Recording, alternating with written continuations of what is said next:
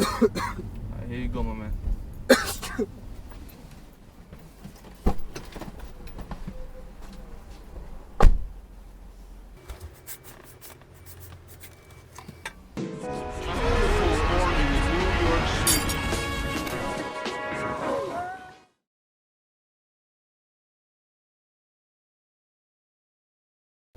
What's up, everybody? My name is Jap, aka the Urban Movement, and as you guys may know, we are in an unprecedented time in modern history. To be honest, some people have called it our generation's world war, and rightfully so, man. We are living in a unbelievable time. You guys may know, some people are still risking their lives for the well-being of others and are on the road.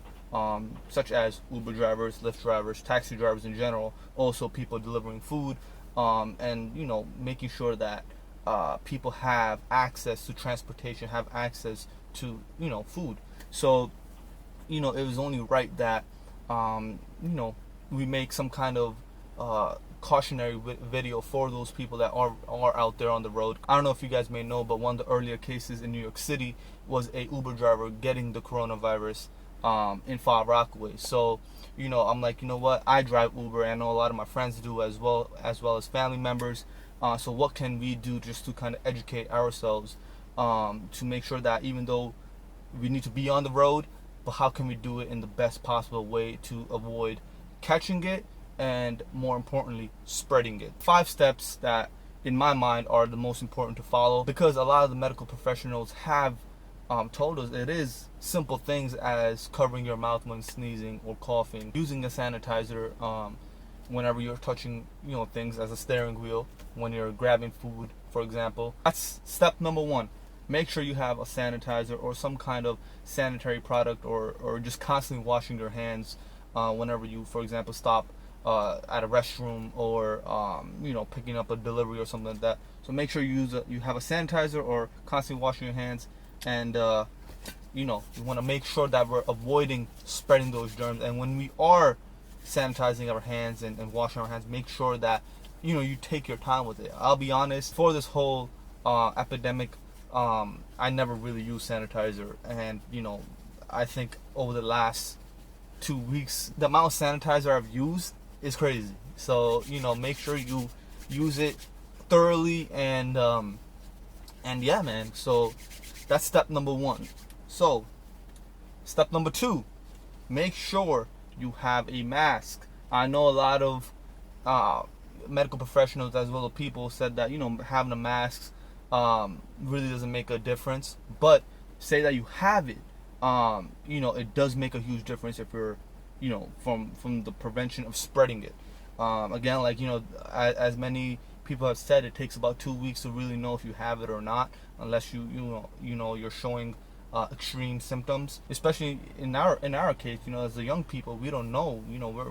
We're high on energy. Even if we have a little cold, we're gonna play it off and say it's nothing. So make sure you have a mask, and especially when you're in the food and transportation industry, you want to make sure that you are just cautious of all these things.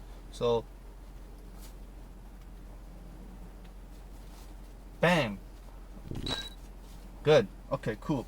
Second, I'm gonna just take this off because it's hard to speak. But another part of step 2 is having gloves. Again, I am, just because of caution, I am not currently driving, just until I know it's safer out here. So I don't have those heavy duty gloves. These are some gloves that my mom had, and I'm like, what, let me just use it for the video's sake.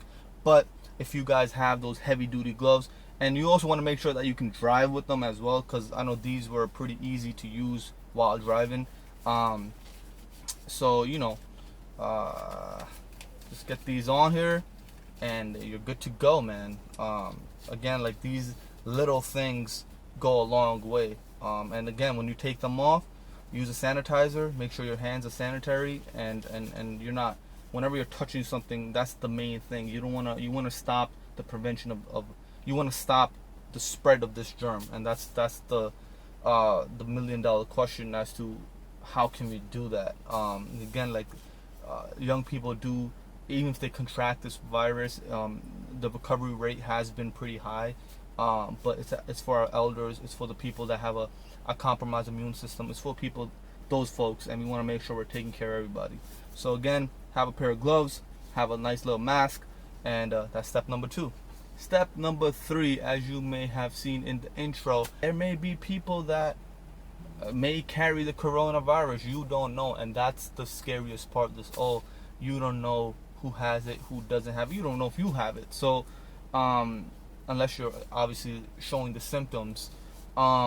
So it is very important that you have some kind of Lysol or disinfecting spray that you can use once a customer has left the car, or even when you get a delivery bag from the place you're picking up from. You want to just quickly disinfect the bag. So again, these little things go a long way, as you saw from my intro. There are certain scenarios where some customers or clients are coughing or they're in your face. To be honest, I had an incident before the coronavirus got as big as it did in New York City. There's 4 people and they were just coughing and they were making fun of the virus. And at that time, again, it wasn't, I think there was 2 or 3 confirmed cases. So it wasn't as crazy as it is now. But again, you never know who's spreading what germ, and when you're in a confined, tight space like a car, germs spread like that. So you want to just make sure you kind of quickly pop, pop, pop, pop, and that's it. You're good to go. Step number 4, pop, pop. Stay hydrated, my friends. Stay hydrated. It is a very underrated rule. It is very underrated, but it is said that you should stay hydrated at all times, even if you have the virus or you don't, because it does help to prevent the virus from going down into the lungs and all that stuff. So again, you want to make sure that you're always hydrated. Step number 5, the most important step. If you think you have the coronavirus, or if you are displaying any kind of symptoms, cough, fever, shortness of breath, any kind of symptom, stay home, man. Stay home, because again, we all are contributing to this, and the more we do it, it is a very tough time. And I've been reading on stories that people need to get out the house and kind of they have to work so they can provide for their family. But health is wealth, and if you don't have your health, how do you expect to provide? And it's always a struggle, just because again, if you're the only person that makes some kind of money in your family, it can be an extremely tough situation. Everybody in my household were told not to come into work, including myself. I do have a day job, and it is a very tough situation. But at the same time, I understand the precautions that are being taken, because this is not it's a marathon. It's not a sprint.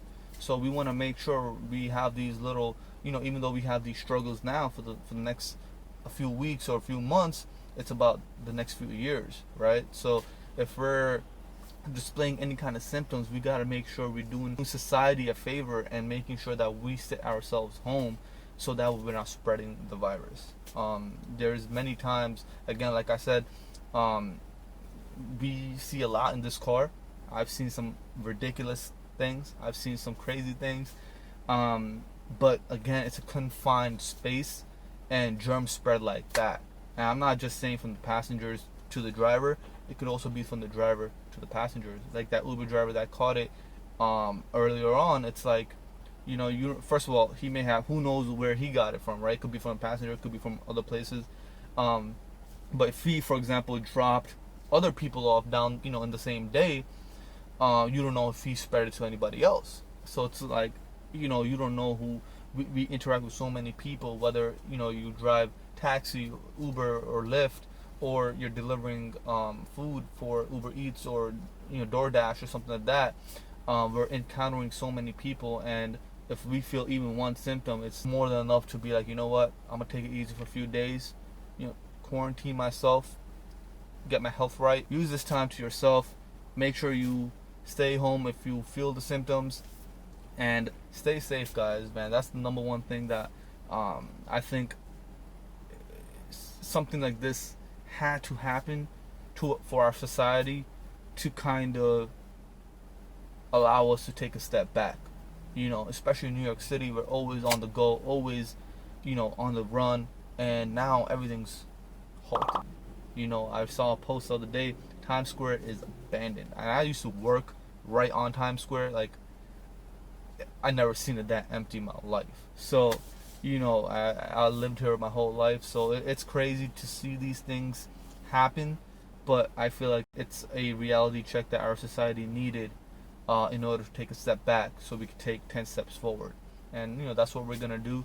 We're human beings. We are very strong, and we will get through this. And it's just a matter of coming together and unifying. And that's one thing I've seen so much. Yeah, there's people fighting over toilet paper and pasta and these little things, but like the amount of unity I've seen across the world, never seen that in my life either. So like I mentioned earlier, this is our generation's biggest hurdle, and we will get through this, man. So spread the message, stay safe, and let's get through this together. This is Jap from the Urban Movement, checking out.